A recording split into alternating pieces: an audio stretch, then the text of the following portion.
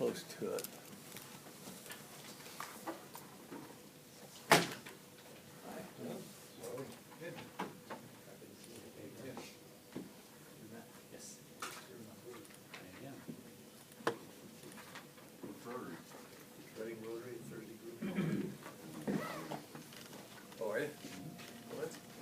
Bunch of good guys down there. Yeah. I'll tell you a Anderson Rotary story. Several years ago, you guys had that trap shooting place, right? Oh, yeah. You haven't started yet, It's live streaming. It is live streaming though. right? Oh, it is? I just started it, yeah. I don't care. On Reading.com. Just Where's the camera? Hello. We like to be toured. We show up places always dressed as they come in. If you miss, the next guy can shoot the target. Yeah, yeah, that's what we. So anyhow, I won this thing. I'm not a good shot, but I won. And so I was telling him, next time you guys need some shooting lessons, give me a call. So I won $20 in the pool. I find you $20. Which I thought was great. I love telling that story. Yeah, we're not finding. Apparently upon provocation, you can change it. We're willing to relax our.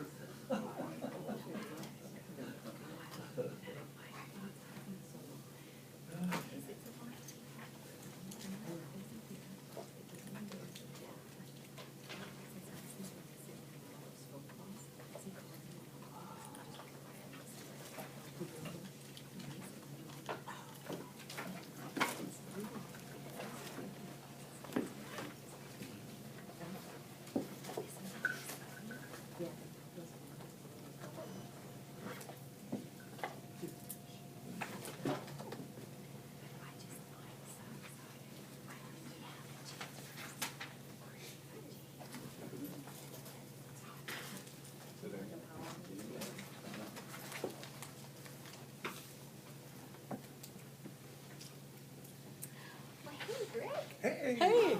you got the email, right? Pardon me? You got the email. We're good on everything. Good. You're the man. I was in team with Tony all day, so I didn't get a chance to respond to everything. But, yeah, and I talked about it after the meeting this week, and yeah, let's get it. So he said he's shooting out the email, but I'm so excited. I am so excited. I think it's gonna be an opportunity for some real change. And then we're gonna go to the whole civil society thing. I'm so tired. Isn't that crazy? Yes. So, I'm so mad that you guys have re-energized me, because I, when I came into this, I was like, oh, I don't know how to do all those things. But we're under new leadership now, so we've been redoing the chair, and some people think differently. And so, yeah. Okay, welcome everybody. I'm Michelle Rogers. I'm with 530 Media Project. If you haven't heard of it before, it's a collaboration between West Coast Innovations, where you're at right now, and the Record Searchlight. We hold free workshops for the community. We've done several on social media basics, advanced social media, blogging, citizen journalism, Google Drive for collaboration. And today we brought Matt Morgan in of Optimize Worldwide, and he's going to teach social media and marketing for small businesses. But first I want to introduce Brett, who's going to talk a little bit about the facility and our collaboration. Right, and it's been a fun one. So how many have we done so far now? About Lost track.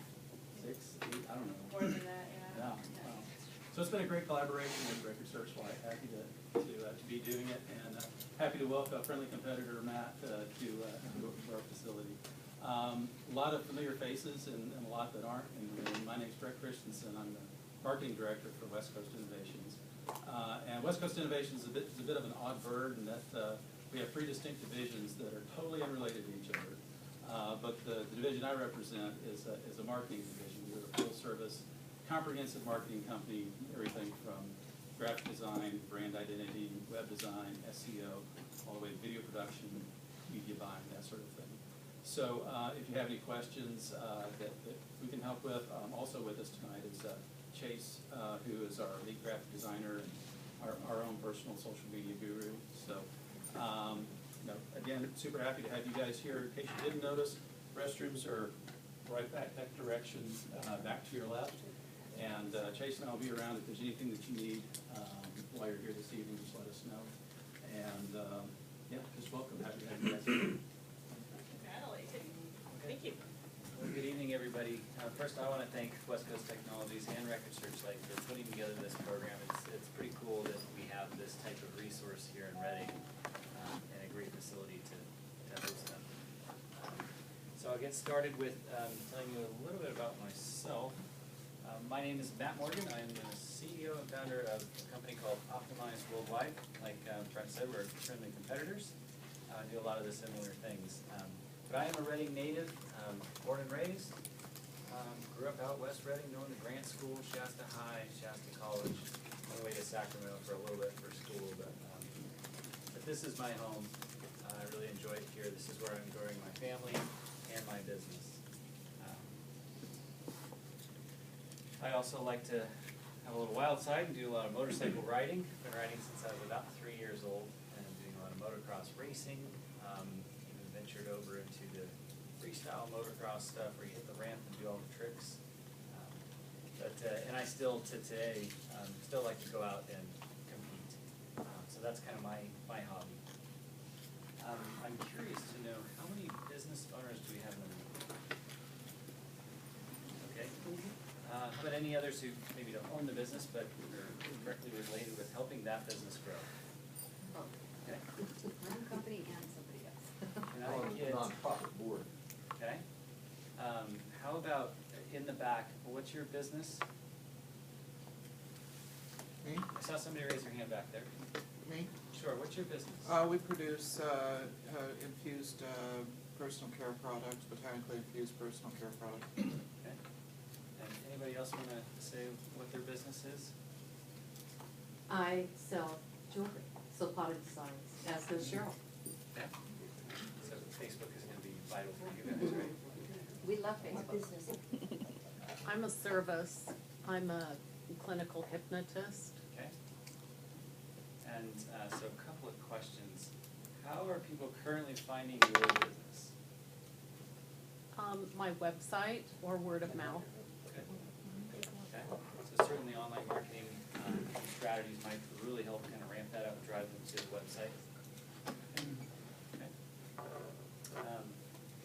All right, well, what I'm going to do is I have kind of an outline of things I'm going to run through, cover some general online marketing practices, whether it's websites, optimization, social media, and try to help you guys apply that to your business. So a little bit more history. We are an online marketing company.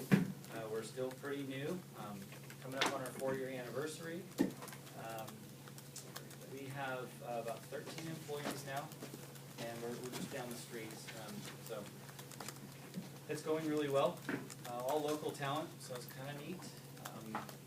Pride myself in being able to have a business that's able to employ this local talent. So, we work with businesses all over the nation, and the nice part is with online marketing, SEO, social media, is you can get business from anywhere you'd like. So we capture a lot of business from outside the area and drawing that revenue back into the community. Our office also prides itself on giving back to the community. So just last year we gave back a little over 300 hours.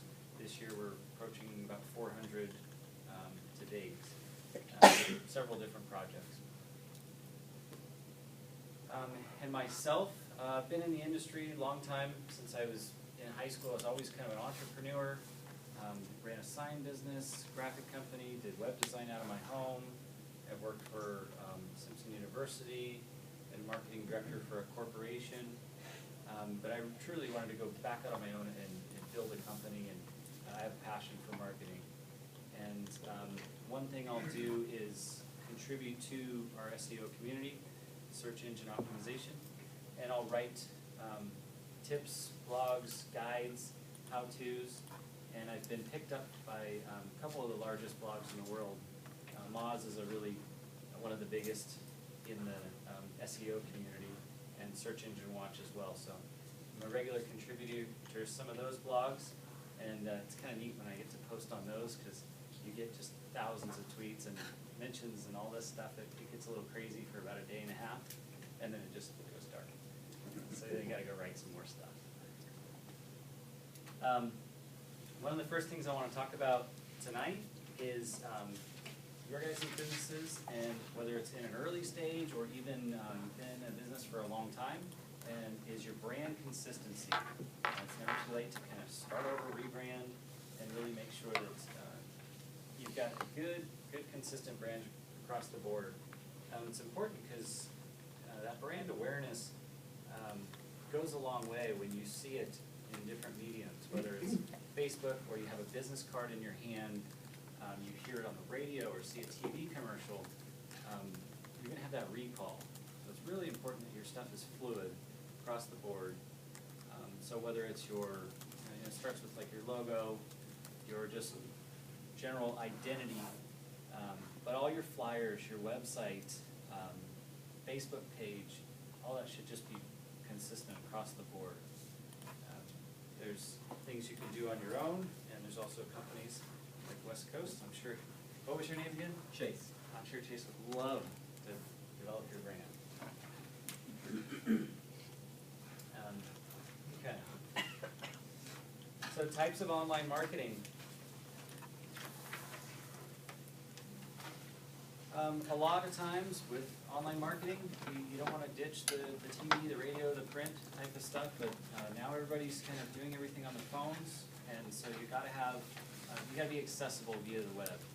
And website design is kind of that starting point.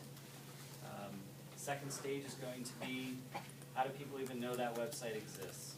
So search engine optimization, also known as SEO, is a strategy you can utilize to do incremental things that will help you show up higher in search results when people are searching for your type of service or product. Website design is paired with social media. You can have very nice campaigns out there, drive them back to your website. The advertising portion, whether it's advertising on Facebook, advertising with banner ads, pay-per-click, it's very effective.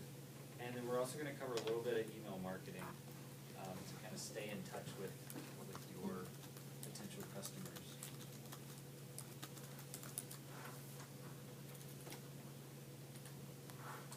So website platforms, who's heard of WordPress? Anybody heard of Squarespace? How about Joomla or Drupal? Probably not so many. Drupal. Okay. All right, does anybody have a favorite in here? WordPress. WordPress?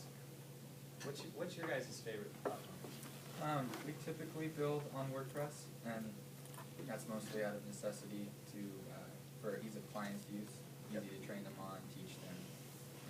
Squarespace is another good option for that as well. We love WordPress too. It is a very nice platform. That's why I made the logo the biggest on the screen. I'm encouraging you guys to mag into that. These are what's called content management systems. What that means is, in the old days, when you build websites, you had to write line by line all the code, and you had to know what you're doing, launch it on the server, and hopefully it worked. Anytime you needed something done to your website, you either had to hire your web guy or figure it out yourself. But now they have these content management systems where it's more of a platform. There's kind of a base code. You get it up and running, installed, and now you're ready to start adding pages or adding blog posts or applying a theme to it. You don't have to be a web designer to actually work on your website anymore. There is kind of more like a administration panel. Oftentimes when you get into that admin panel, it looks like a Word document. You have your different fonts you can choose from, bold, italicized thing, align things to the left or right, and then when you hit publish, your page will change. So you don't have to go through your web guide for every little thing anymore. So it's very nice for businesses who you hire somebody to get a site off the ground, and you can maintain that. Squarespace is very similar to that content management system. The Drupal and Joomla, those are for the people who really love programming. You'll notice some of my programming buddies really like Drupal, but I've never heard anybody in their right mind actually say I like Drupal. Who wants to use it? They like it because you have to code things, and so, but it's very powerful. But WordPress is going to be a good one, if you were to stick with that, most businesses across the world use WordPress. I don't know the exact numbers, but it's a huge portion of websites are built on WordPress. It's the #1 platform. Platforms to avoid. You probably hear TV commercials say, we're going to build your website. We're going to build your Facebook page for free or whatever it is. You hear these web.com, Wix, even the GoDaddy website tonight. These are the kind of do-it-yourself websites. And if you're getting off the ground, you want to try this out, you want to give it a feel, you can start with these do-it-yourself websites. Most of the time they're free or cost you like $1 or something like that. But if you're really committing to a business website and you want to use this as a resource to grow your business, you should probably just do away with these do-it-yourself platforms. They'll get you in trouble in the long run. As soon as you really want to do something with it, you'll outgrow the system. It won't be able to do what you really want it to do. It's kind of a get what you pay for type of a thing. Some things to consider is Wix. That platform, if you want to get found in search engines and you use the Wix website, you're like, well, it was easy to build my website. It looks great. Why can't anybody find me in the search results? The way their platform is developed, it literally, Google can't read the darn code. It looks at it and goes, I have no idea what's on your website. So it's very limited as to what you can do to help it show up in search results. We actually won't take on a Wix website. If somebody wants help showing up in Google, you're just going to hit a roadblock. There's only so much you can do. If it's built on a different platform, you can go a lot farther. So that's a roadblock you might run into if you commit to one of these do-it-yourself websites. There's also some other limitations as to what you have control over. You might get in, develop a nice website, looks great, you're updating pages, and then you want to, I don't know, you want to add a new feature or move it to a different hosting provider, and you can't, you're kind of locked into this service provider. GoDaddy, I will make a comment on them. We actually like GoDaddy. I'm specifically pointing out the website builder. I think they might call it, we used to call it Websites Tonight. That builder, we've had some problems with that where there's only so far you can go and start hitting some limitations. Responsive website design. Who's heard of the word responsive? So it's basically you have mobile-friendly website design. So imagine you've got all different screen sizes. You've got a screen size of this TV, you've got one the size of this phone, and you want to make sure that your website can respond to that screen size. What'll happen is it'll be the same website, but say you've got 3 columns, and you go on a smaller phone, it starts to kind of fall in line, and it'll fit on a different screen. So your website pretty much responds to that. Responsive website design is definitely somewhere where you want to start. It's much harder to take a website that's not mobile friendly and make it mobile friendly. It can be done. But a lot of these content management systems like WordPress, Squarespace, when you choose the design, the starting point, the theme, you can see if it's mobile responsive right out of the box. And so you kind of save yourself a lot of time and headache.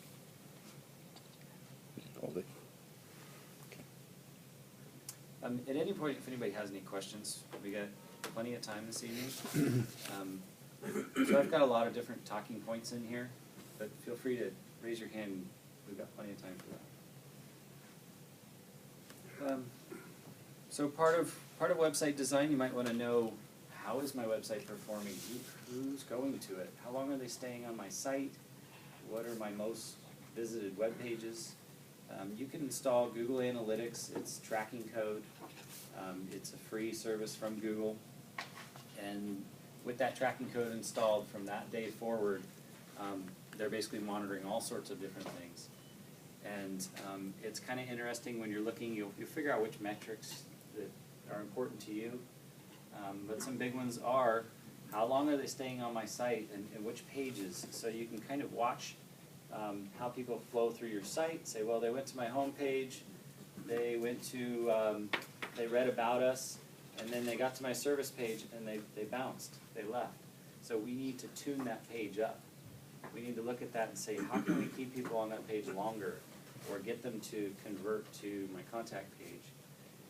So Google Analytics will show you all sorts of other things like, are people coming to my site through search? Are they coming to my site from Facebook? Are they coming from my site from another website? Maybe I have a link to it. Also, good data, figure out where your strong points are, and go from there. Analytics, you can go really, really deep with them. There's just hundreds of reports in there. So you could spend all day digging around in there. It's kind of fun. Okay, part of... Question. Go for it. On the analytics, you need to write that into your original or website design, or can you add it later, or modify this? How does that go? Sure.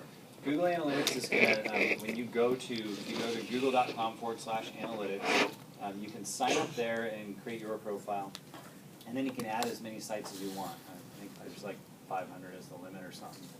But you add your profile, and then it'll say, okay, here's your tracking code. And then you either have your web administrator install that tracking code, or if you're using a content management system, usually when you log into the back end of your site, it'll say, what's your tracking code? And you just put it in that box and hit save, and now your tracking code's installed. And just Google looks for that. And Yeah. So it's kind of sending data back to Google, All right. and every time somebody hits the site. So it's a one-time chunk of code. Once it's added to the site, from that day forward, you can start tracking all of these metrics. Thanks.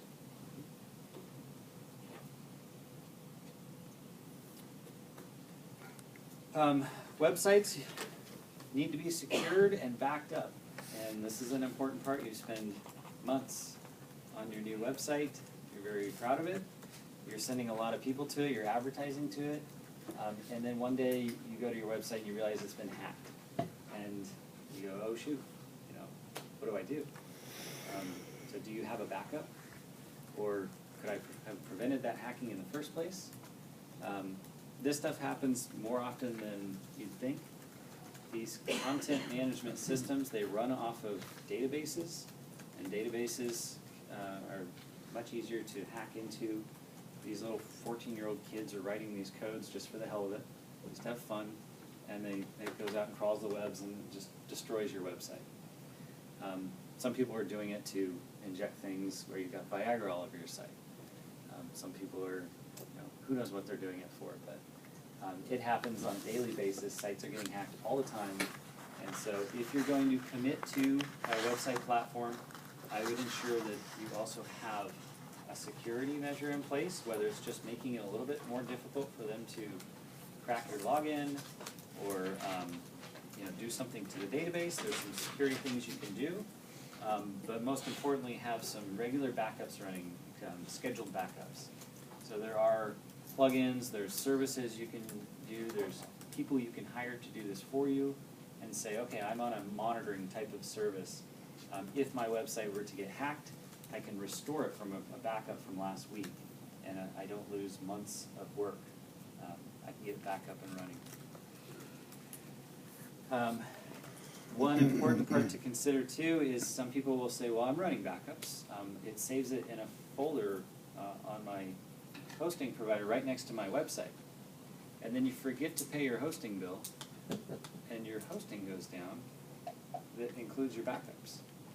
So you kind of want to separate those two things too. So try not to have your backups located right where your website's located. Make sure it's running to Dropbox or an Amazon server or some other location.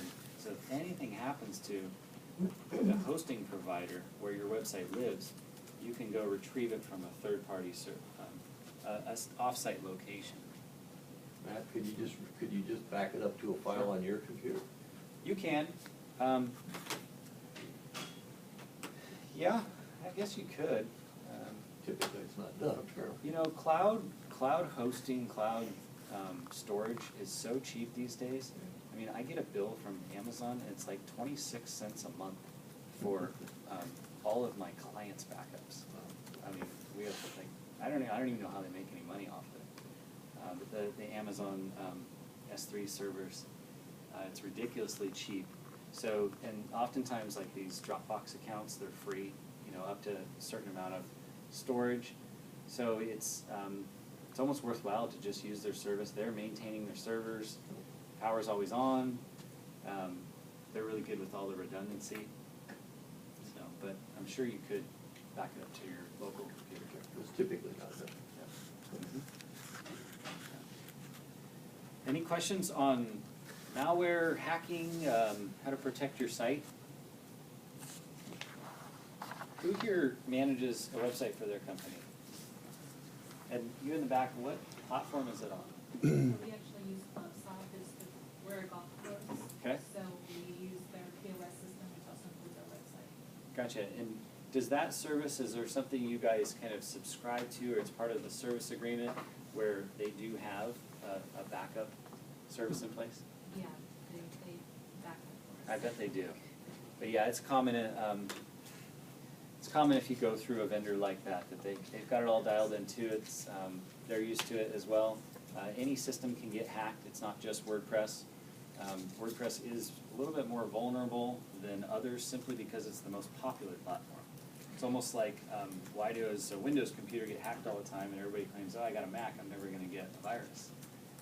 It's because there was a day when 97% of the computers in the world were Windows. And so why would a hacker waste his time developing a virus for 3%? So WordPress is the most powerful platform, and if these kids want to go out and create malicious code, they're going to write it for WordPress.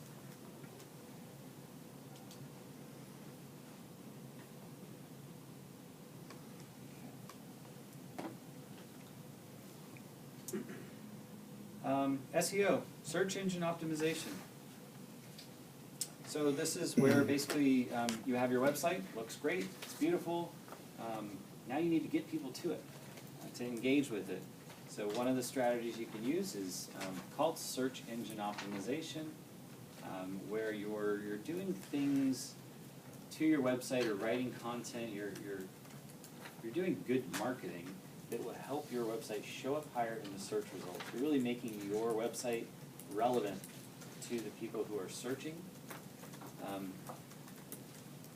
And the big three are Google, Bing, and Yahoo. But typically what happens is somebody's looking for a service in a location. So I'm looking for an attorney in Sacramento. I'm looking for a landscaper in Redding. I'm looking for a dog groomer in Redding. You usually pair the two. If you just say dog groomers, you might get dog groomers from all over the nation. Granted, they're a little bit smarter on location, so they can tell kind of you're sitting in Redding, so they'll likely show you some Redding results. But if you don't put the city in there, it'll give you some nationwide results too. So I call this local optimization for you guys, your small business. Figure out your target area. So if you're just trying to target the Redding area, or say you have 3 offices, you got one in Chico, one in Redding, one in Yuba City. Those would be your local areas you're going to try to optimize your site in. And you can just forget about the rest of the world because they don't live anywhere near you. Focus on those areas, and you can do that through several different ways. This slide here, is more so kind of what a search result page might look like. They change it all the time. They're testing different things. Everybody kind of gets an individualized result. But you've probably noticed the ads section up here. They'll usually have a little icon that says ad. You get some ads over here. That's what's also known as pay-per-click. So people are bidding for that spot and say, I'm willing to pay $4 if somebody clicks on my link. And so you can get here right away if you want to pay for it. That's more of the advertising model. The first result that does not have an ad on it is called the organic result. That is a listing that had content related to what you were searching for, and it had the most authority, or most relevant to what you searched for. Beyond that, you start to get into like the map section where they have the little pin markers on the map, and they're showing you local businesses. And so again, if you have a service, hypnotherapy in Redding, California, you'd want to make sure you're going to Google and verifying your business so that you can have a Google local listing and get that pin marker on the map. Usually what they'll do is, if you go out to, they keep changing their name, but I think it's Google My Business now. You can basically claim your business or add it, and they're going to want to verify you truly are the business owner. So they'll mail you out a postcard, and they'll have a PIN number on it. And then when you get that PIN number, you go back to the place where you registered, you put in the PIN number, and it says, okay, that's your business, you're now verified. So there is a step to getting listed here in the maps. So on a phone, well, let's go back a step. You've got so much real estate on a web page when you do a Google search result. This is what's called above the fold. So there's more listings, but on a computer screen there's only so much room. And so those are the listings that are above the fold. On a mobile phone, you have a lot less real estate to work with. So you'll see they may or may not include some ads, but likely they're going to strip it down and showcase just a couple of local businesses so that you can click to call, get directions, go to their website. So this makes it even more important that your business is one of those top listings. Rick? I didn't mean to interrupt you. I just happened to notice on here, on the handout, you have Google Plus. Is that still relevant at all? No. I hate to say it, but Google Plus is dying. So it was their attempt to have a social media platform that was integrated with the rest of your life, because everybody is on Gmail. They're doing YouTube, Google Drive. They're trying to connect all those dots and bring that social element in. They had, very similar to Facebook or LinkedIn, you know, a nice network there, and there's not much activity going on out there. There is some communities that thrive out there, very limited. And they started to integrate it into the search results. So at one point they started putting, they would have Google, here we go, Google Plus page. So that's going away. They still let the reviews slide, but just this last week they started pulling this one out. So that's brand new. I think they're admitting, you know, we're going to let it die. So there will still be kind of a Google local business listing. That will always exist, but I think they're removing the social side. There was one point in time a couple years ago where they let you have a profile photo of yourself. That was kind of cool because if you were one of the people who integrated your Google Plus profile with your website, your face would show up, and if nobody else was doing it, it really stood out. But they killed that too. Okay, so let's face it, the best place to hide a dead body is on page 2 of Google search results. Now, no joke here,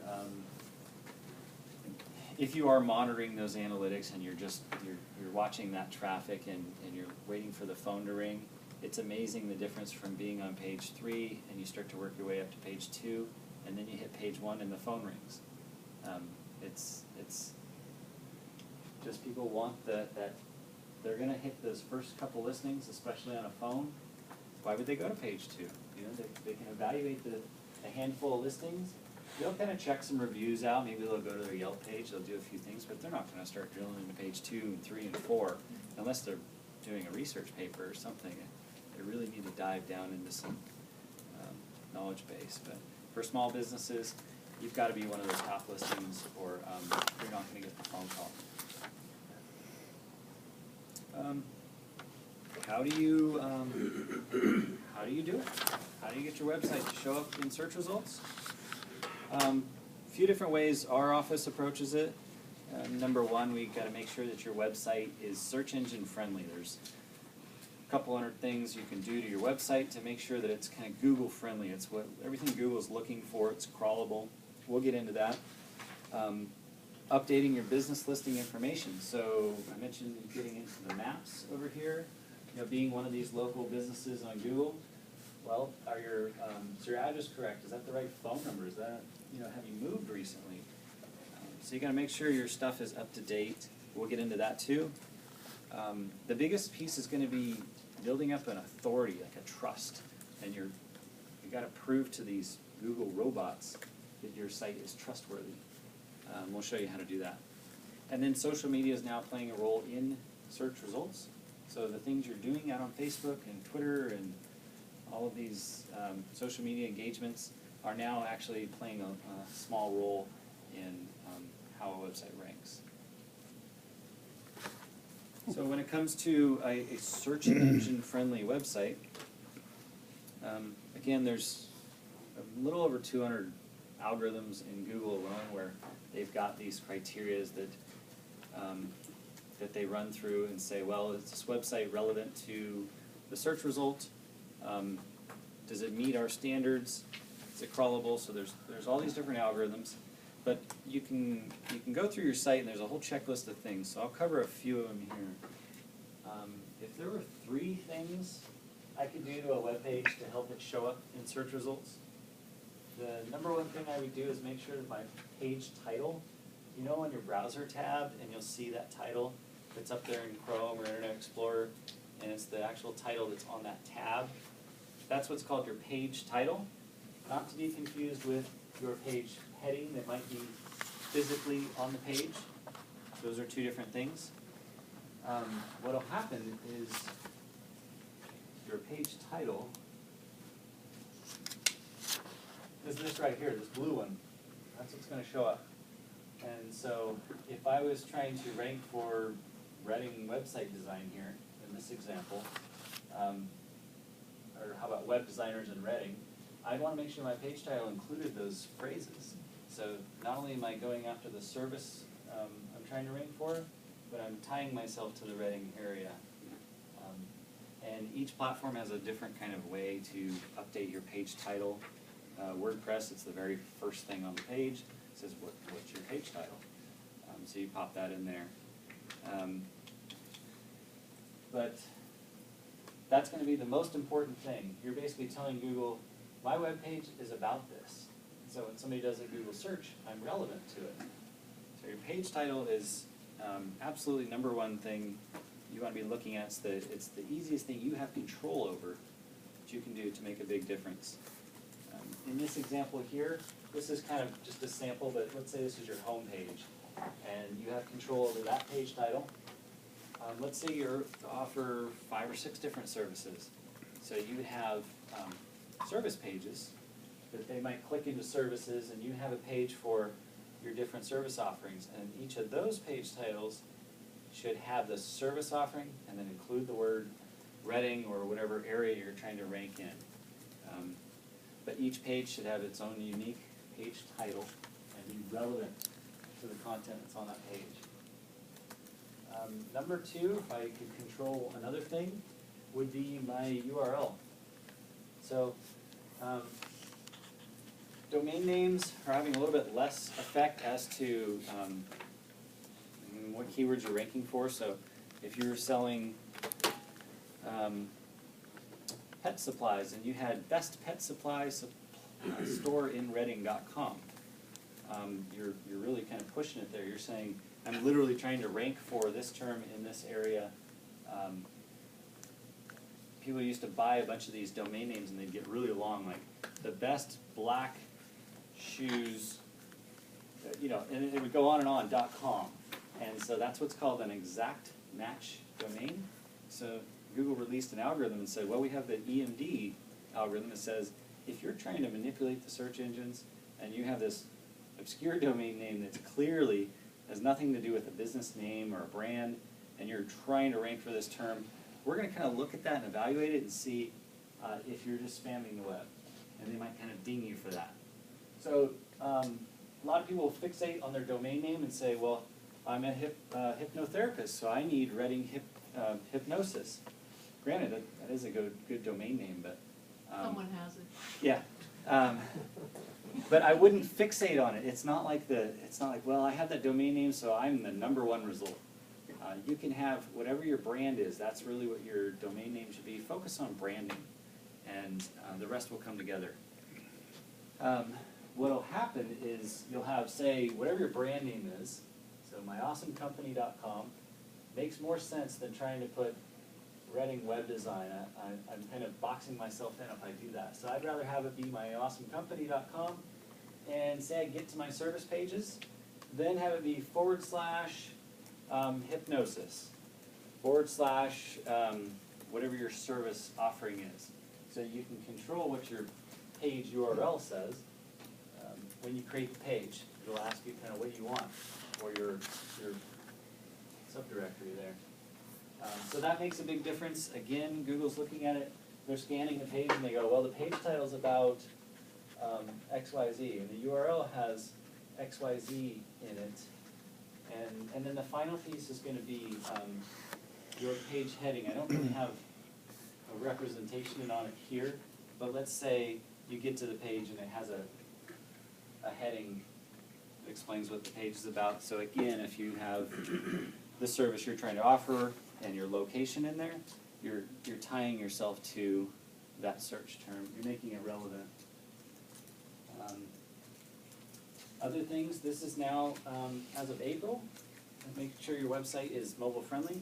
That's now an official algorithm that's out, and Google is looking at that saying, well, if I see 5 websites and 4 of them are mobile responsive and yours is not, we're going to give them the edge, and we're actually going to make a note and say mobile friendly right in the search results to let people know that these sites are mobile friendly and yours is not.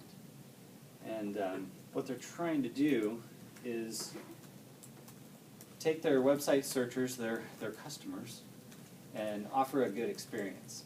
And so if your website's not mobile friendly, and more searches are done on this nowadays, that Google doesn't really want to send them there because it's going to be a poor experience. You got to scroll sideways, pinch to zoom, and it's frustrating. So they actually officially made the algorithm as of April. Mobile friendly. It's going to give you a little bit of a boost. They're also just looking for good usability. Is it easy to navigate? Do you have like a good drop-down menu? Is it easy to find your content? Do you have good images? Do you have video? Do you have various media on the page? Is there a good chunk of content? So are you describing what's going on? And do you have a call to action? So even the button, if you have a direction for them to go, what do you really want them to do when they get to the web page? You want them to contact you, download something, get a quote. That's what we call a call to action. And Google's actually looking for that type of stuff. They want to see what the flow is. When they come to the site, they got some good information, you're being resourceful, and you're sending them to even more resources or the place you're trying to go. When Google looks, when I say Google, I mean Google, Bing, Yahoo, all of the search engines out there. But Google's the big one, so I always kind of say that. But what they do is, humans aren't looking at this stuff. It's their Google bot, their crawlers, their robots. It's all just computers going through, and what they'll do is they don't read this. They read the code that's behind it, and they're crawling your page. So they don't really know what that image looks like or what it means. They don't know if it's a picture of a dog, picture of a house. So you have to make sure that the content, the actual text on your page, describes what's going on. What is this web page about? So if you come to a nice page and you visually tell the story through a video or a nice big graphic, and it's like, wow, I get it. Well, Google doesn't. Google has no idea what the heck's going on. So they can tell a little bit because you can put little tags on your image and describe the image. But this chunk of content here, this paragraph, the more the merrier, is how they're able to crawl the page and determine if that content is related to what people are looking for. You can do other things like make your web page a little bit more localized, make it relevant to your area by including a map. So if you were to embed a Google map on your page of your business in the Reading area, it's further saying, hey Google, my webpage is about this, and here's a map of my location, and yep, it's right there in Reading, so help me show up higher in Reading area. Reviews and testimonials also help build trust. And so if Google can recognize that you've got good recommendations or maybe links to your Yelp or even some other third-party review system, that's a good thing. Matt, what about tags and summaries in WordPress? How important is that? So there's tags and there's categories in WordPress are the most popular. The tags are going to help you drill down into other pieces of content that are related. Again, I don't think there's a huge advantage to tagging everything. If you want to tag something, you can. What the tags end up doing is in WordPress, it creates another page, and it creates a tag page. And it ends up being a very low quality page because it's just got like a feed of other content that's related to it, and usually it's very thin, there's only a couple items. So in my experience, tagging hasn't done much of an effort. We actually no-index those tag pages, which means we tell the search engines don't even look at them. So they're low quality, they don't meet all of these requirements. But usability, if somebody's reading a blog about hypnotherapy, and then you had a tag and it said, help me quit smoking or whatever it might be, and that tag would bring you to other articles related to that topic. So if it's a usability thing, sure, do it. Tagging things to try and get keywords don't really help. Hashtags. Well, the tags pretty much are very similar to hashtags. Hashtags is going to be more of like a social media thing. You're drilling into conversations on those platforms. So I don't know if they'd have any value on a website, unless you hyperlinked it to the discussion, say on Twitter or something. Categories are going to be, again, a usability thing. Help your visitors get to the content they're looking for. So, try not to have 100 categories. Try to have a handful that's top level, and you can drill down and then read the articles underneath those categories. Okay, let's see.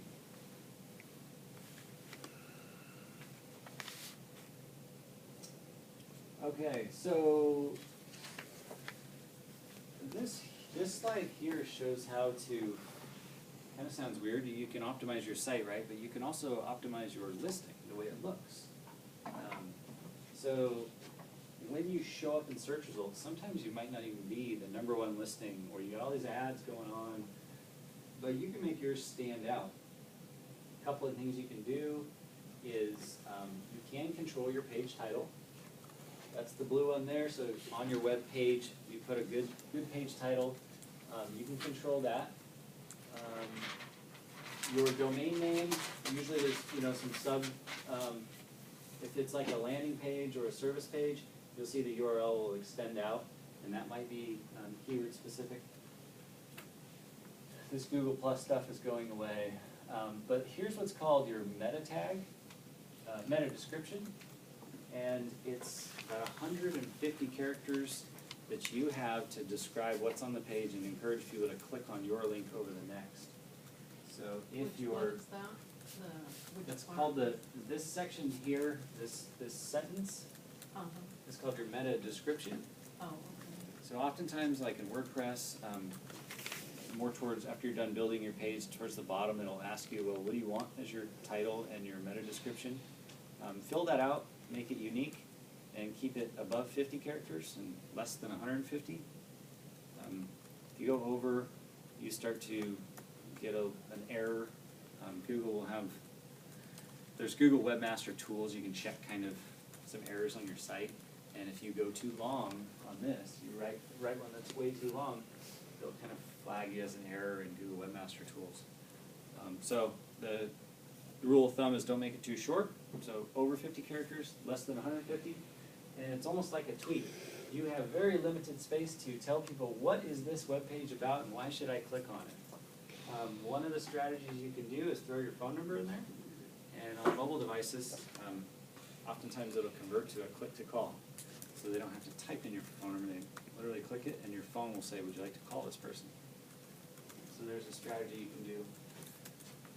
If you link your Google local listing to your website, and your website back to your Google local listing, you don't always have to link it back, but it helps. You're building the relationship between your website and your Google local listing, that map thing I was talking about earlier. If it knows those two are related, it can link your reviews and your map listing right underneath your result. And oftentimes, like, well, in this case these are ads, but let's say those were organic search results, and then you saw this fourth one down here, and gosh, it's got all these stars going on, and there's a little pin marker. It catches your eye. So you can do some things to make your listing stand out. People have direct access to write a review. So those are some things you can control.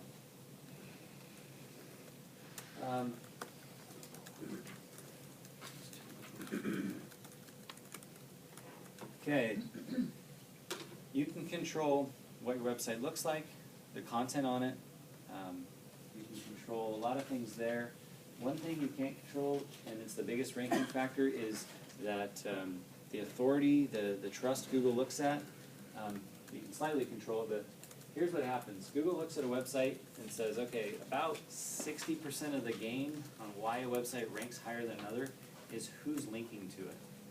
And so sure, you can tell them you're the greatest, you have the best website, you have the best content, but they want to hear it from somebody else. So if you've got CNN.com linking to your website, that's CNN.com saying, I trust this website, I'm willing to link to it. There must be something of value over there, and Google's going to acknowledge that link and say, hey, there's a trust factor. It's coming from a very highly reputable website. You can get a link from some local people like the Chamber of Commerce or Reading.com. Those are reputable sources here in the Reading area. And so if you can get a link from one of those sources and it links back to your site, Google's going to acknowledge that and say, wow, you just got somebody from a reputable source to link to your website, so they must trust you. And so therefore, I trust you. I was going to give an example. Nerd Chicks is a column we run in our paper, and they provide it for free. It's from Nerds on Call, and they just recently asked me to start linking to their website just for that reason. Oh yeah, and it goes way further into depth. Then you have, well, what does that link look like? You know, is it just a link, or does it link a word? The word would be called an anchor text. Yeah. And so let's say that word was hypnotherapy, and that word was hyperlinked to your site. Your site would now not only have the authority of the link, but it would be relevant to hypnotherapy. So it goes really deep into link building. But ultimately, what you want to do is encourage people who are in your network, people you already do business with, to ask if there's a reasonable reason why they should link to you. You don't really want to just go out and get links because you can. It needs to be relevant. It needs to be, well, I guess I have my slide here. I have my graphic designer design it. So you might have heard somebody figures out, hey, links make a big deal. You know, it's a big difference. Google's evaluating who's linking to me, so I'm going to go out and I'm going to buy a bunch of links. I found a cheap place online who's selling them for 1,000 links for $99. So I'm going to do that. And so you buy these links, they're going to get you into trouble. Google looks at that and says, well, these links are coming from very spammy sources. There's no relevancy. You've got these directories that have spun content, and you've got most of your links are coming from these sources. We're just going to penalize your website. In fact, we're going to take it out of the search engines entirely. So you can get penalized for doing like black hat techniques, where you're spamming forums and things like that and saying, nice blog, check out my site. And you're linking on there. Anytime a company offers you, we can get links, we run it through our proprietary system and we auto-generate these links, that's bad. Spammy websites, getting links from websites that literally just deliver a poor experience. They're always kind of not loading up all the way, or just a clunky design. So you want to stay away from that. The rule of thumb would be is that if it's easy to get a link, it's probably not a good one. It's usually hard to get a good quality link. What about bloggers? Because don't they have something called affiliate marketing, and they trade like a link for? Yes. Yeah. So with blogging, we utilize a strategy called guest blogging, where we'll have our copywriters write a blog about whatever our client's website's about, and then we'll go pitch it to another website. Say it's a real estate agent we're trying to rank here in Reading. We'll go find a real estate blog. It doesn't have to be in Reading, but say it's in Chicago. And we'll say, hey, we have this great blog. It's free. You can have it. Post it on your website. We just ask that you leave this link in here. Points back to our site. So we've now found a reputable source that has a good quality score. It's relevant to the real estate industry. We then have good quality content and a link that points back. It takes a while to build that. There's a lot more time involved to do it. That link's got a lot of value. If you're simply reaching out to a blog and say, hey, I'll post one on yours if you'll post one on mine, that's what's called a reciprocal link. And they kind of cancel each other out, and sometimes if you have a lot of those going on, it'll look like a spam signal.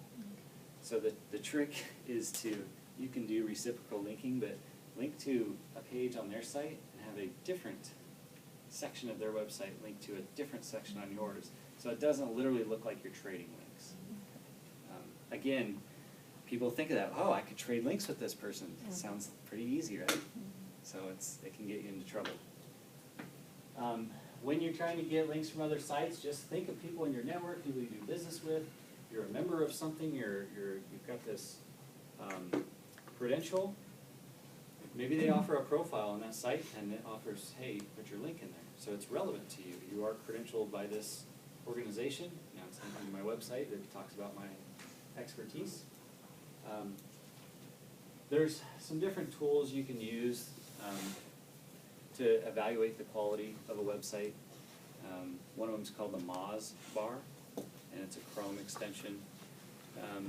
Again, it's something that gets a little bit more in depth, but there's different scores you can look at to see if it's a reputable source. The best test is just to look at the site. Does it have a good design? Does it look reputable? And it probably is. Humans can kind of tell.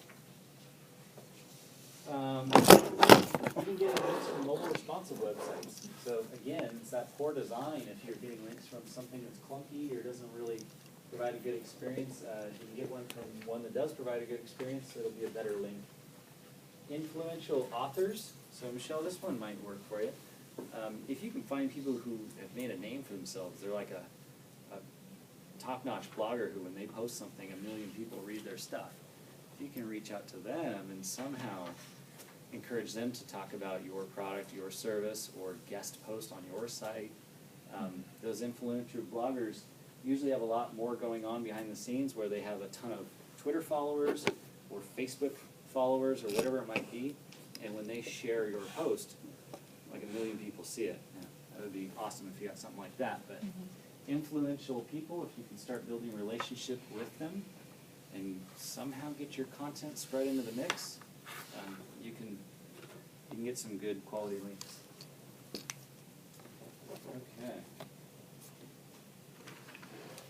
So this slide here, remember I talked about your business listing information, your name, address, phone number, make sure it's you don't have an old address listed or whatever it might be. This is kind of a slide that represents the ecosystem of all the different business listings that are out there. So you've got Google, everybody knows that one. You've got Facebook, we know that one. What else do we got? Yahoo?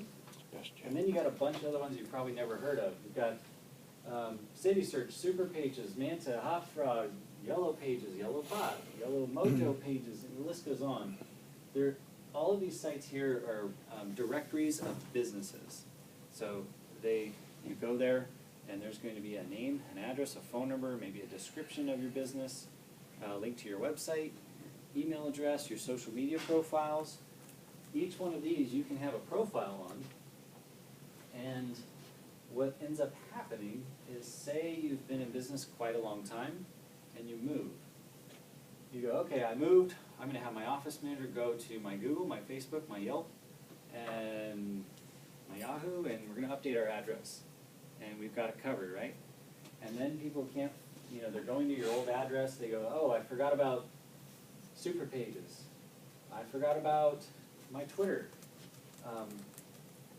So there's so many of these directories that it's hard to kind of make sure you've covered all your bases. The worst part that happens as you move, you think you've done your due diligence in updating all these sites, and most of these sites are trying to sell advertising, so they want to build up their database of businesses. So this one will feed off of that one, and this one will pull data from that one, and this one publishes it back to this one, and it's this web where they're all feeding off each other, so it's almost impossible to get your business listing information corrected because just that ecosystem itself is destroying the process. You can use some services. I think Moz has Moz Local, and then we use one called Yext, and it's a service where you pay for a license and say, hey, if I tell you what my business listing information is, will you just correct all of them in one shot? And they'll do it. I mean, you have to pay for the license, but it will cover all of these locations in one shot, minus Google, and keep them up to date. And it kind of suppresses any duplicates, but that's a surefire way to make sure your business listing information is accurate. 2 questions. Can it remove you from some listings? Can it remove listings? Well, most of the time you're trying to get published on them. I know, but occasionally you don't. You wanna, You used to be can- there, now you're not with that particular office or something, you wanna get out of that Oh, listing. I see what you're saying, like an old location and now Yeah. you have a new one and an old one and you're like, this is a duplicate. Or maybe you have a new partner, you know, not be listed with the old. You can, with some of these services, you can do what's called suppressing. So it'll say, we found 3 matches. And you go, yeah, that was my old partner, that was our old address from the 90s, and here's my main one. You can say, this is the real one and suppress these. And what it'll do is it'll, the service does it for you. They'll put a redirect on the wrong ones that redirect to the real one. And typically, what's that cost?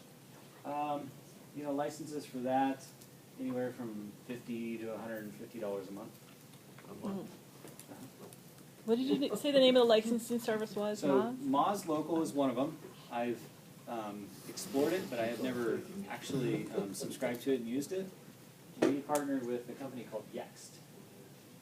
And so Yext has done us well. And so we use that for our clients, and yeah, it's an easy way. What happens is if you weigh your options, you're like, gosh, I gotta pay for that license monthly. You know, pretty much indefinitely too, because what happens when you stop paying for the license? It all goes back to, but if you equate the man hours you would spend having your office staff or yourself or anybody trying to fix that mess, you'd be like, where do I buy that license from? So you can cover some of your bases, but if you want all of it cleaned up, it's almost easier just to get the license and have it be done and focus on other things. The gift that keeps on taking, huh? Yeah. Okay.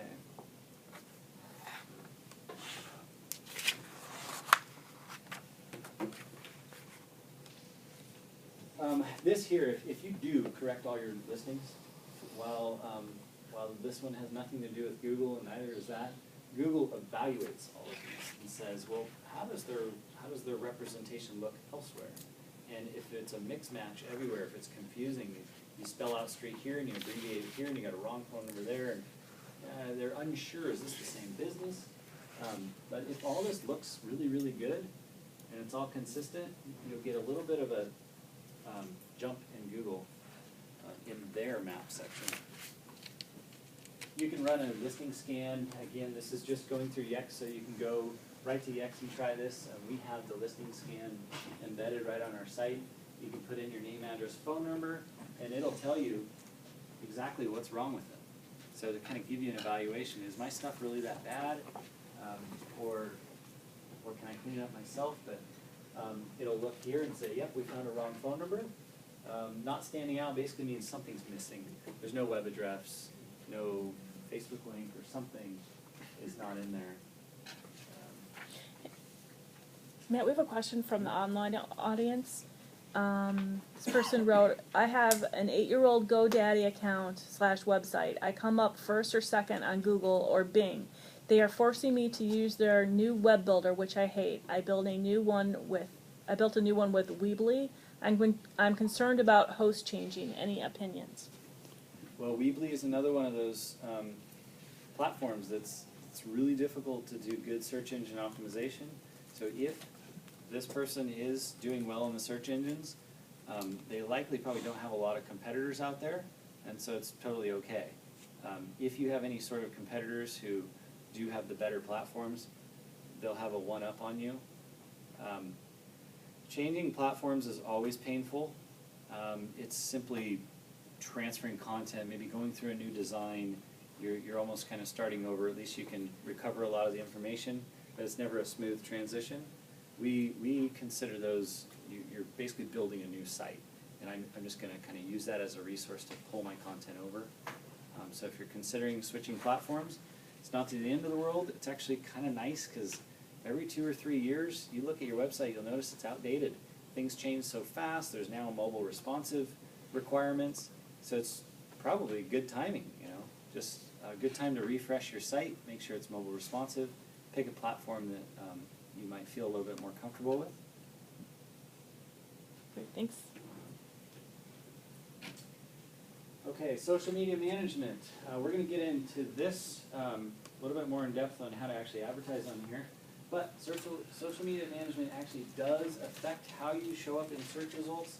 Google is now looking at, again, it's kind of like the links where they go, whoa, you got a reputable website is linking to you. They must trust your website, so we trust your website. So similarly, they're looking at your Facebook, your LinkedIn, your Twitter, whatever you're doing out there on social media. And if they acknowledge that you have people engaging with your content, they're linking to it, they're liking it, sharing it, they're mentioning you in their social media platforms, that's another signal that you're doing something great, and that therefore your website probably offers something great.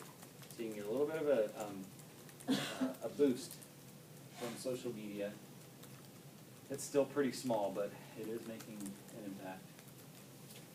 And then again, website analytics, there's so many things you can kind of look at, see what's working, where who's linking to you, who's referring you, website traffic. Am I getting people from organic search? Am I getting it from my paid search? So that is the nice part about being digital. There's data for everything.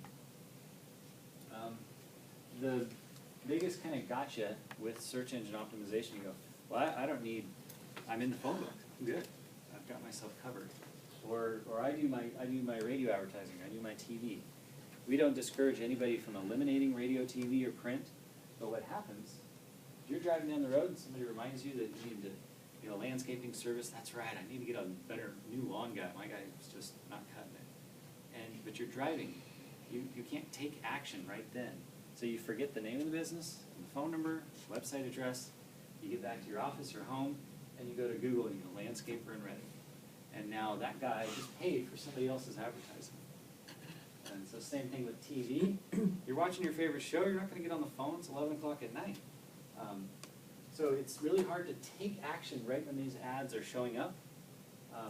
So oftentimes later, people go straight to Google, they've been reminded of the service, and they're going to one of the top 3 listings.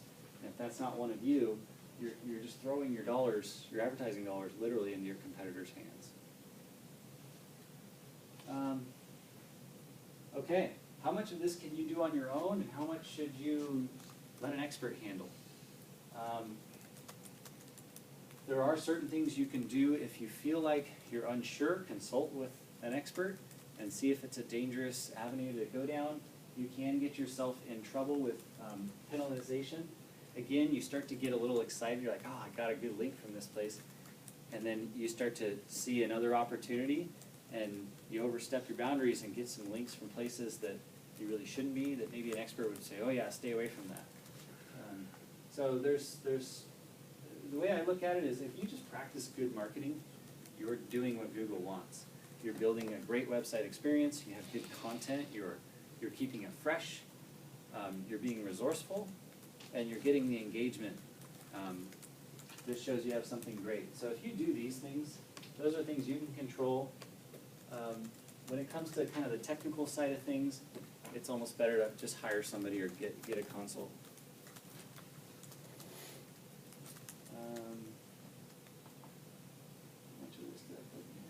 Okay, social media, we're gonna start drilling into this. With Facebook, let me see my notes here.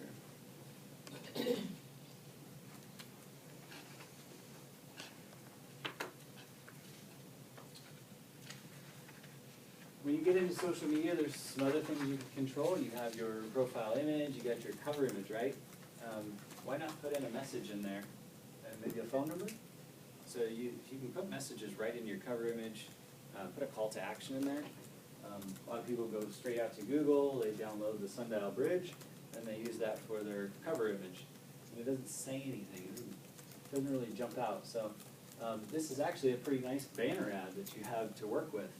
And you can say things, you can rotate that out. Oftentimes people ask me, well, how often should I post on Facebook, or how many times should I be tweeting a day?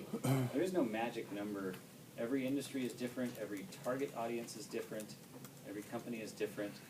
The only thing I would encourage you to do is be consistent. So if you post once a week, continue to post once a week.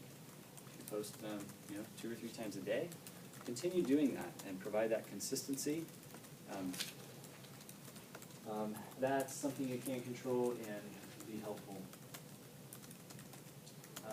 Managing followers and engagement.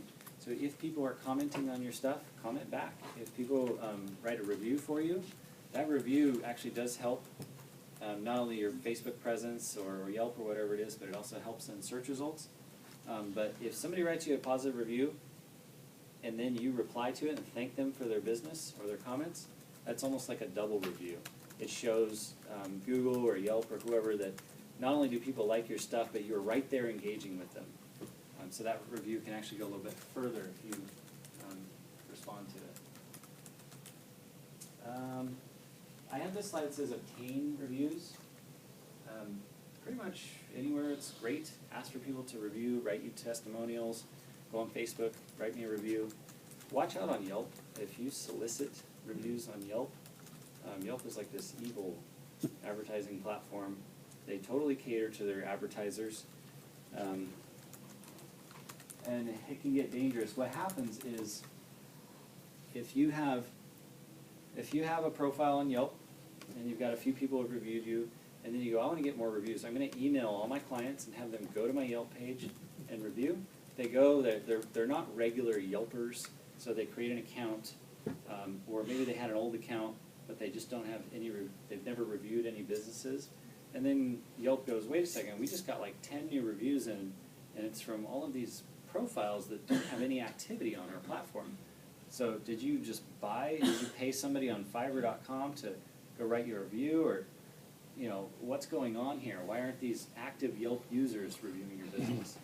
So it's really important with Yelp. That's the one platform I discourage people from literally soliciting reviews.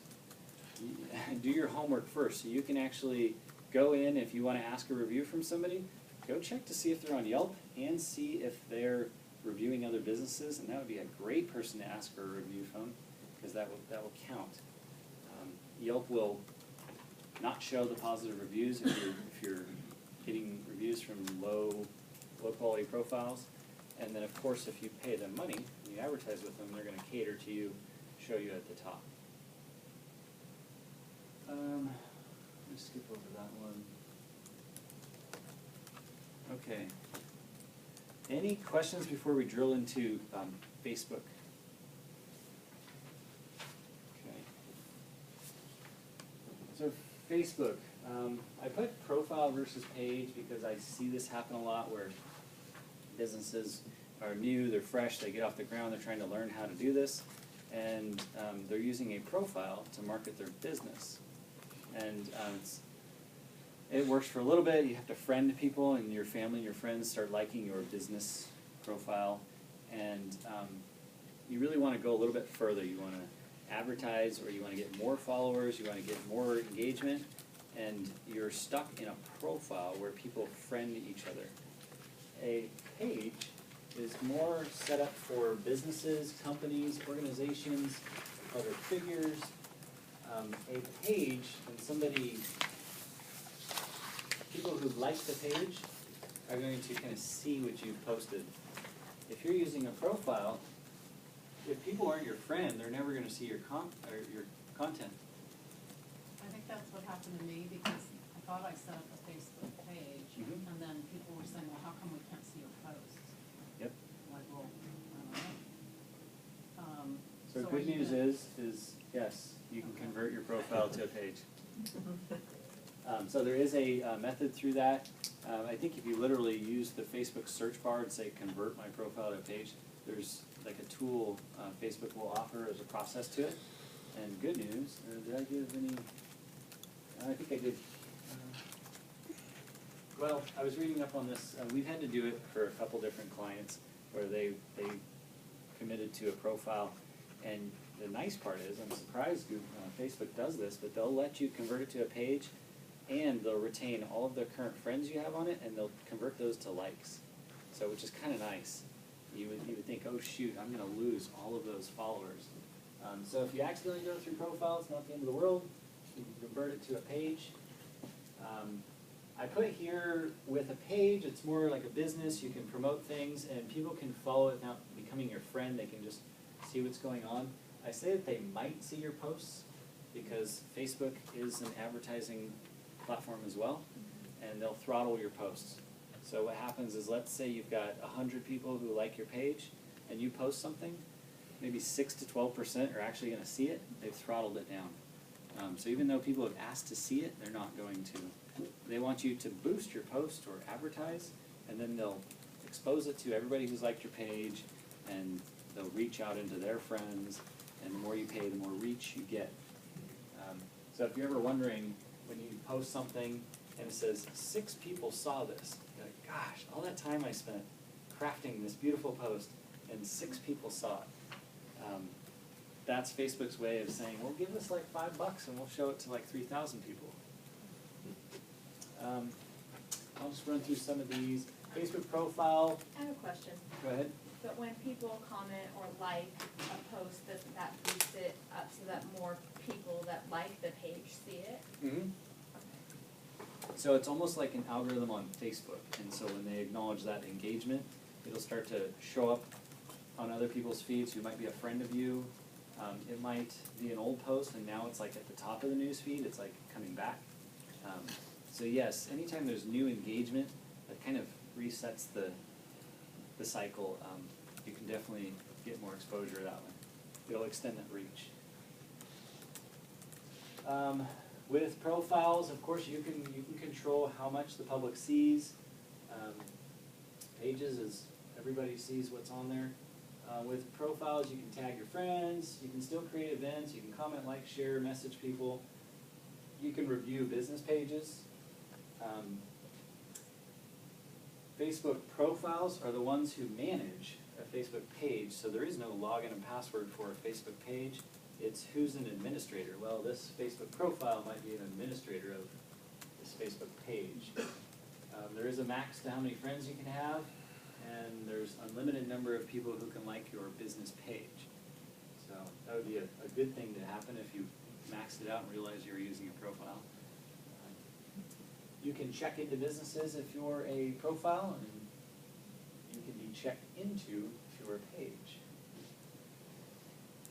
Okay, what else? Okay, so that's just quickly what the difference is. Yes, you can convert a profile to a page. This slide here, I talk about profile completeness, and what happens is this is almost like that small business listing nightmare I was talking about, where your name, address, phone number. The more complete your profile is, the more value your page has. So when you're setting up your Facebook page, don't slack on it, put a profile image, a cover image, and start posting. Fill that sucker out with everything you know about your business. Make sure to categorize it as best as you can. Put your hours. This will be a big one here. Now with all the location services on your phone, if you're driving around and you're getting ready to go into a store or a restaurant, it'll say, well, better hurry up, it's closing soon. Things like that. So if you have your hours listed and they're not correct, you might be turning away customers. Write a good description. Basically fill out everything you possibly can. Again, name, address, phone number type of stuff. A link to your website. And that'll provide a little bit more value to your page. There's a spot here where you can get a Facebook web address. So when you first create your Facebook page, you're gonna get a kind of an ugly looking one. It's gonna look something like that. And then you can set your Facebook page URL, or sometimes it's called a vanity URL. And you can say, well, I'd like my URL to look nice and clean like this. And you can check the availability. It'll say, yep, that's available. Would you like to do this? And they'll say, just FYI, you can only change it once or twice. But this is much cleaner. Oh, I have the link here. So I guess you can go right to facebook.com/username, and there's a tool there that'll help you check the availability. Facebook image size. So the cover image and profile photos, Facebook's pretty good with letting you kind of adjust it, drag and drop to get it looking good. What'll happen in your posts is there is kind of a size you should be aware of. When you post something, the Facebook newsfeed is 470 pixels wide. So if you know image editing software, you can control the width of your photos. The optimum size would be 470 pixels wide, and it's going to fill this whole area. An example I think I have, okay, so here's a nice photo of an elephant, 470 pixels wide. It fills the whole newsfeed. It looks big, it's inviting. Say I post one that's a little bit taller, but it's not 470 pixels wide. I got all this white space here. I'm kind of not utilizing the entire canvas. And as people are scrolling through, this is almost like optimizing your image. You know, it's going to have a better experience, and you might get more engagement out of it. Boosting posts. Okay, this goes back to where I was talking about people. The Facebook throttles your posts that you put on your Facebook page, and sometimes if you're the administrator, you'll see the little boost button. So doing that, I highly recommend it. It's very inexpensive. A couple bucks will go a long way. So once you try it once, you'll be like, wow, I put in $1 and I got like 400 people to look at my stuff. So it's very encouraging. It's inexpensive. It's kind of short term, so if you have an event or something, you can boost something for like a few days or a week.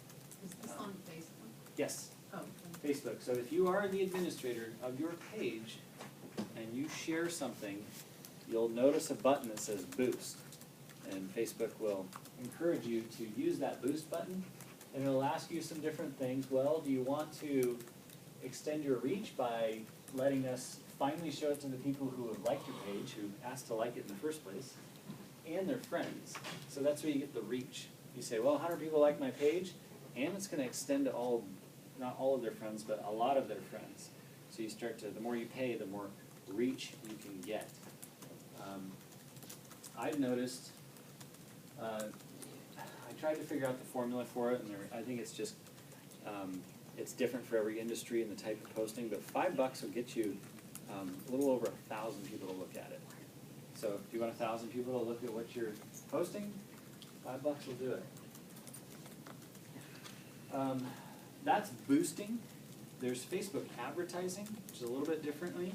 You're literally setting up a campaign and saying, well, regardless of people who like my page or their friends, I want to target a specific population. I want to target people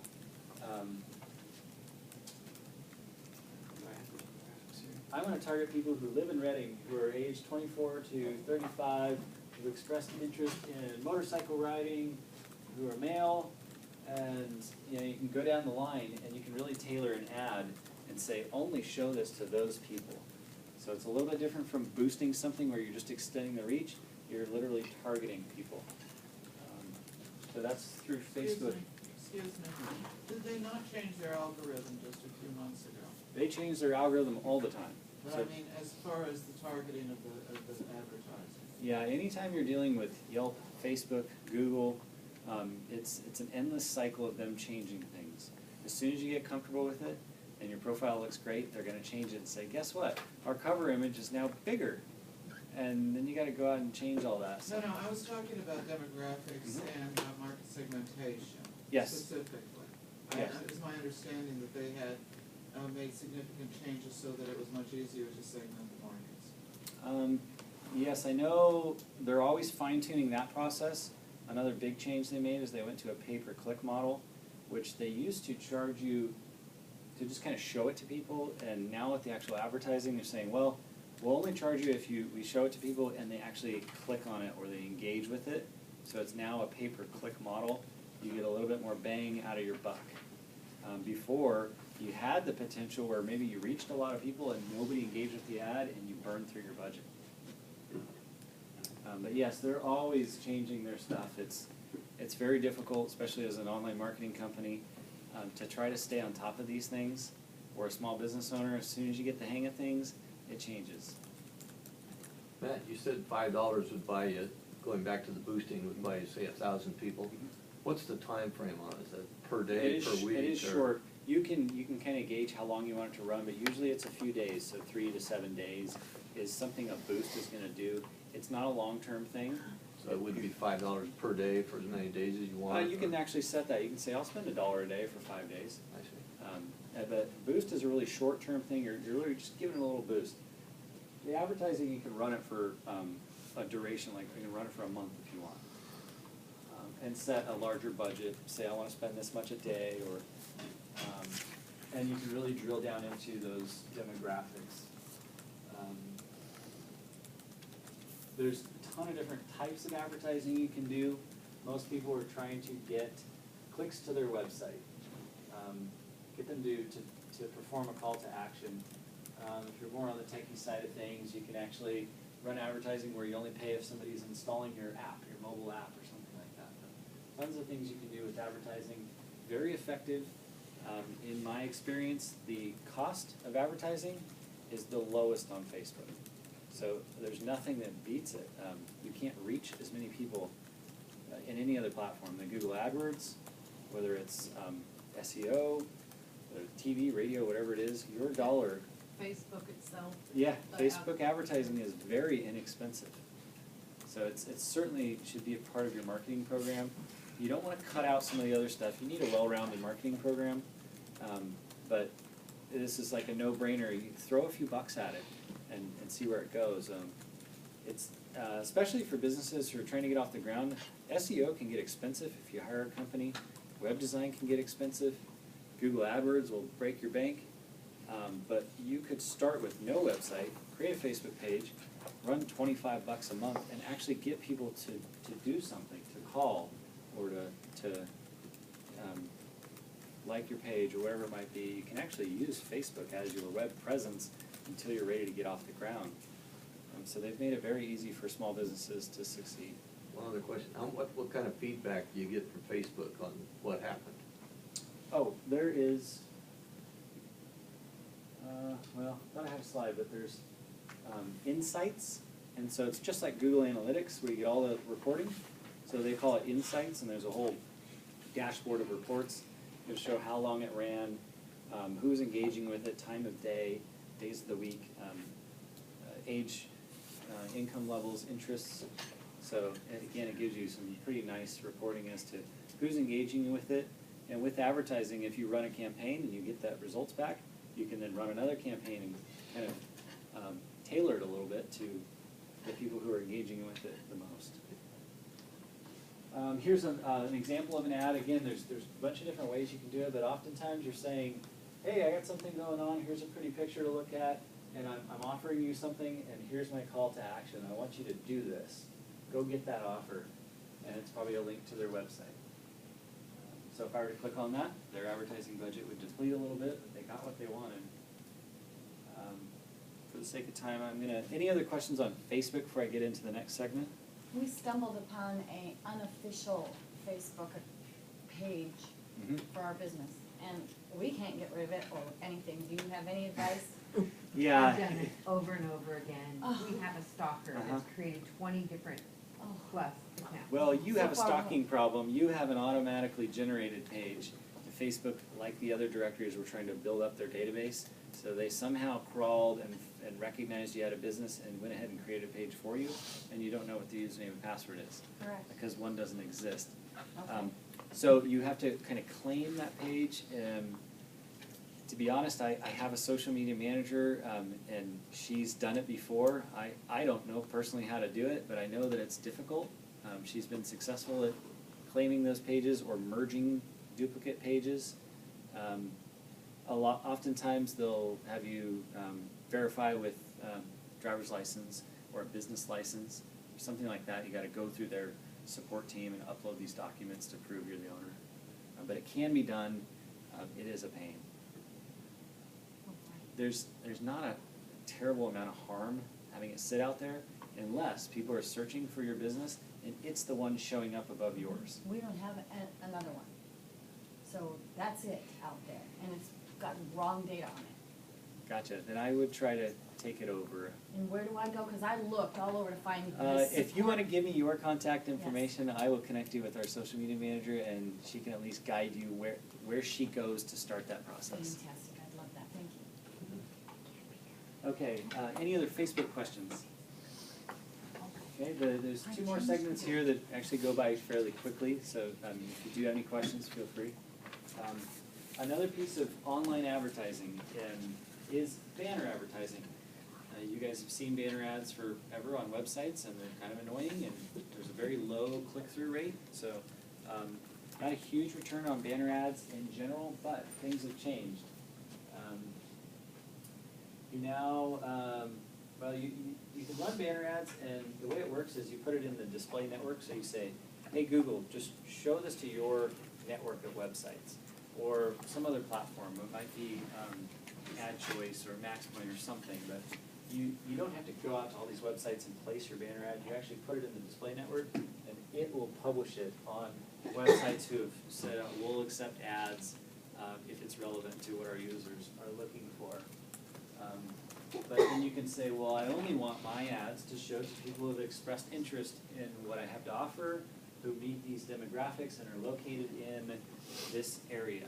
Could be a radius, could be zip codes. So you can get very targeted with banner advertising. And here's the part that's kind of changed over the last couple of years that makes banner advertising kind of come back. It's called retargeting or remarketing. And you guys have all seen this when you go to Amazon.com, you're looking at something, and then you go over to Facebook, and there's that same product. And it's like, what the heck, are they stalking me? And yeah, they kind of are. So here's what happens. Remarketing or retargeting is very effective. Sounds a little creepy at first, but it makes sense after you think about it. Say, got a new computer, whatever, I got something, I'm looking for monitor cables. Say I bought new monitors, it didn't come with the cables.